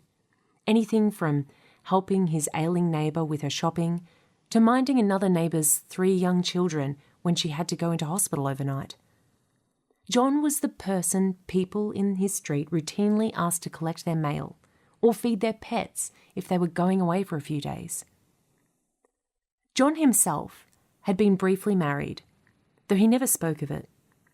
He worked as an accountant and had retired early from a local firm where he had acquired a reputation for meticulous accuracy and integrity.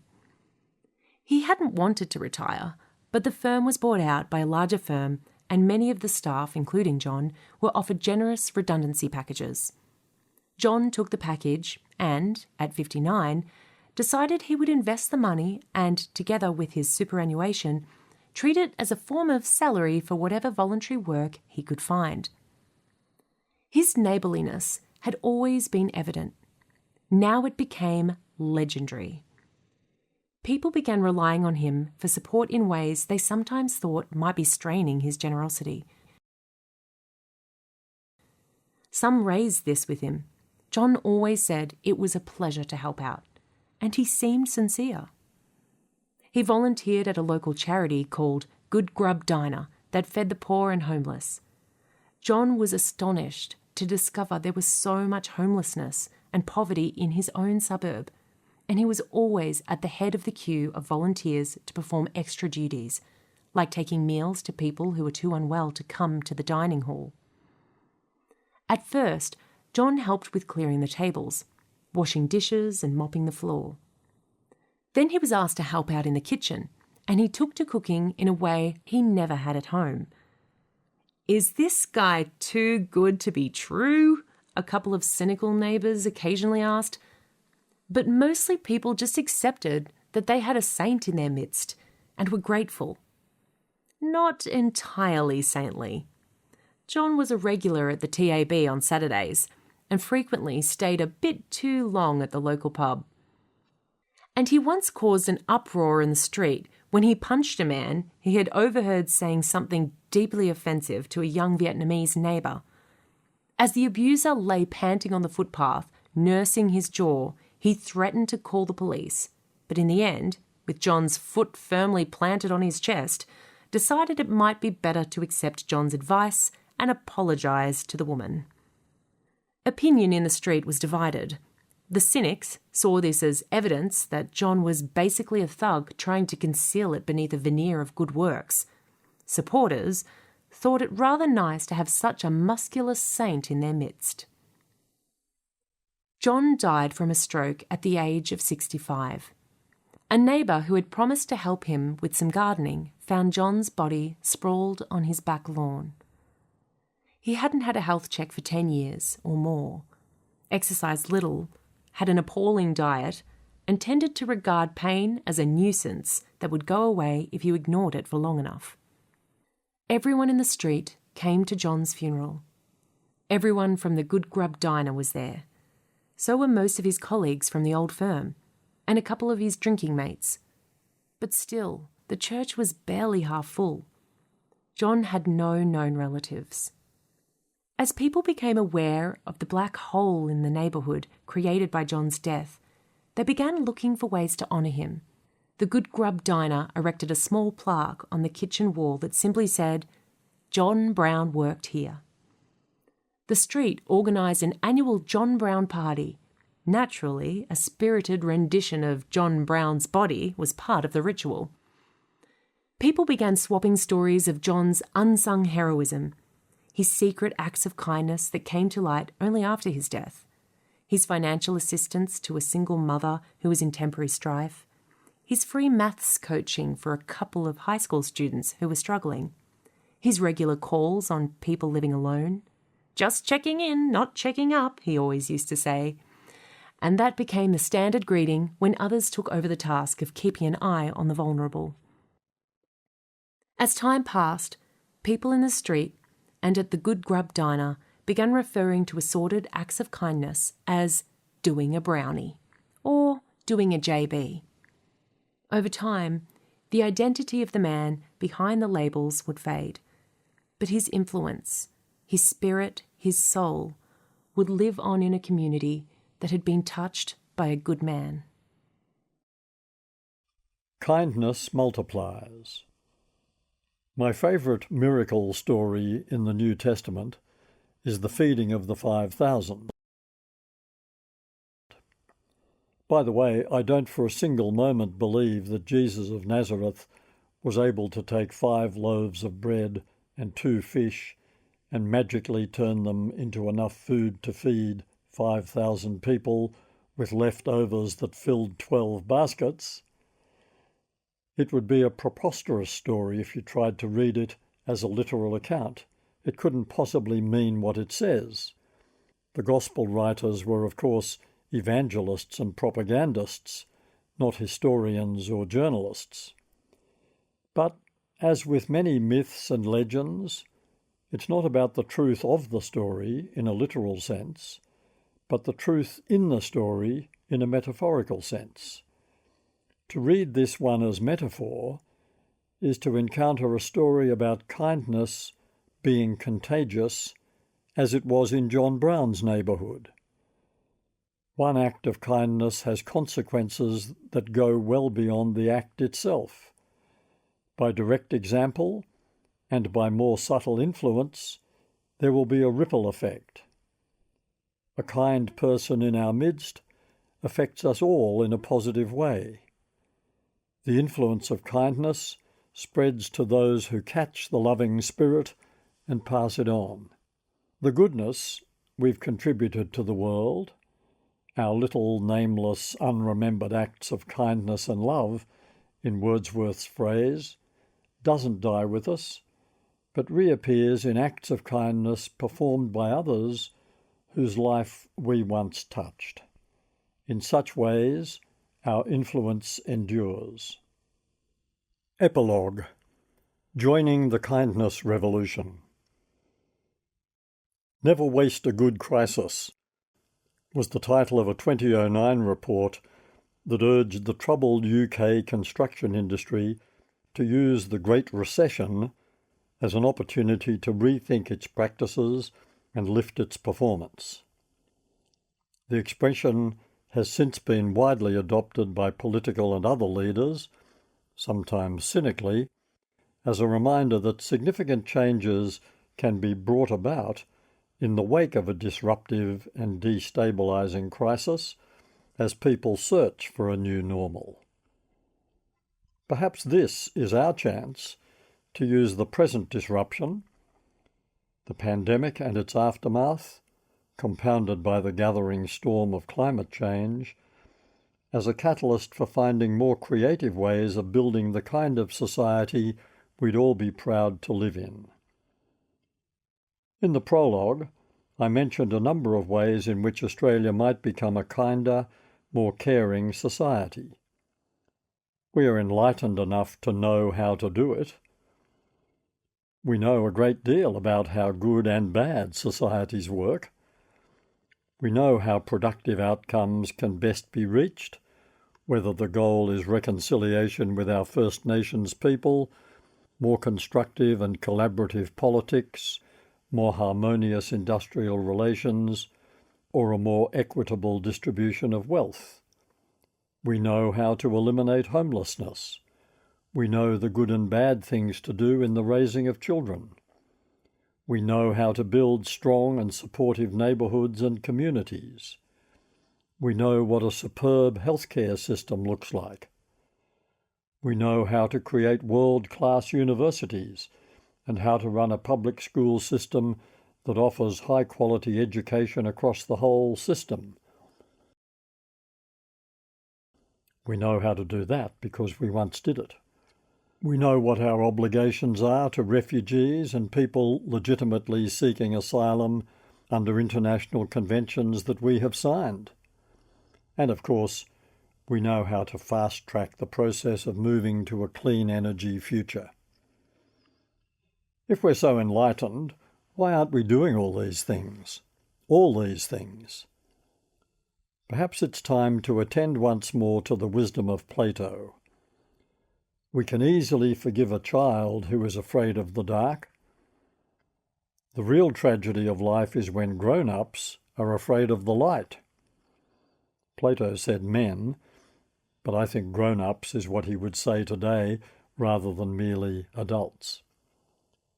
Are we afraid of the implications of our own enlightenment? Do we lack the boldness required to put into practice all this important stuff we know how to do? Of course these things cost money. Are we too timid to dream of the kind of society we want to be, then set about creating the financial structures, including serious reform of our taxation system, to realise the dream? Or are we going to keep gazing wistfully at places like Finland, which by most measures has the world's best school system? Or Denmark, whose citizens never pay a single krona for health care, except collectively via taxation? Or New Zealand, whose Treaty of Waitangi, signed in 1840, could still be a model for our own treaty with the people of Australia's First Nations? Or Germany, now the world leader in renewable energy? Or Ireland, where a more collaborative political culture seems to be evolving? Are we going to console ourselves by comparing Australia with those two desperately inequitable and unstable societies we once admired, the United Kingdom and the United States, and concluding that at least we're not that bad? Or will we acknowledge that each of them is, in its own way, groaning under the weight of a class structure, one based on birth, the other on money and ethnicity, with a bit of overlap in both cases, and that we are in danger of heading in the same direction? Surely it's time to bring it right home, to our own front door, to our own street and our own neighbourhood, to our own family, our own workplace, our own school, our own networks of every kind. It's time to act. As the Bengali poet, writer and composer Rabindranath Tagore put it, "You can't cross the sea merely by standing and staring at the water.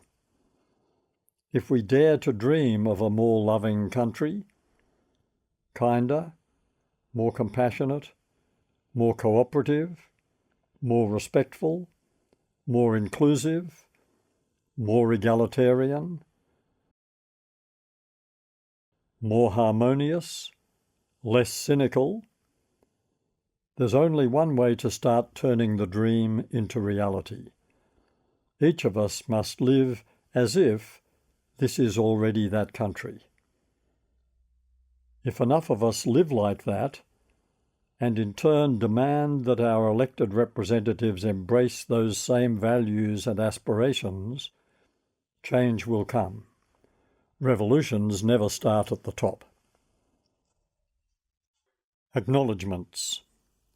The concept and structure of the Kindness Revolution evolved over a series of conversations with Richard Walsh, consultant publisher at Allen & Unwin, and I'm grateful to Richard for his encouragement, support and guidance throughout the project. At Allen & Unwin, the book was enthusiastically embraced and cared for by Rebecca Kaiser and her team of dedicated professionals. Rebecca also came up with the final title for the book, and Christine Farmer organised a brilliant publicity campaign. Two friends and former colleagues played a valuable role in the development of the Kindness Revolution. Amy Chan read the complete first draft, identified some significant gaps in my analysis, and provided sensitive and generous advice throughout the redrafting process. I am deeply in her debt.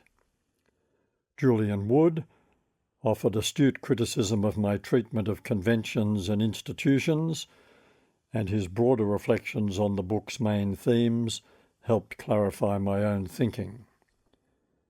Jeff Gallup introduced me to the work of Geert Piesta, and Gillian Guthrie to the work of Rachel Naomi Remen.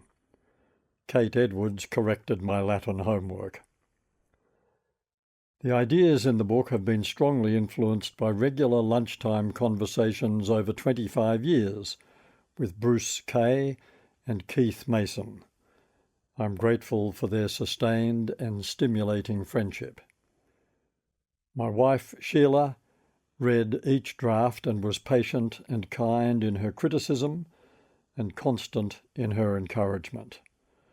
The book is gratefully dedicated to her and to my elder brother Donald, who has loved and supported me right from the beginning. As ever, my greatest debt is to the thousands of respondents who took part in my research projects over 50 years, allowing me and my colleagues into their homes and sharing their stories with us. Listening to those stories has been the great privilege and the lifeblood of my career. You've been listening to The Kindness Revolution by Hugh Mackay, narrated by Hugh Mackay and Helena Platzer, published by Wave Sound, an imprint of W.F. Howes Limited. This work is copyrighted 2021 Hugh Mackay. This recording is copyrighted 2021 Allen & Unwin.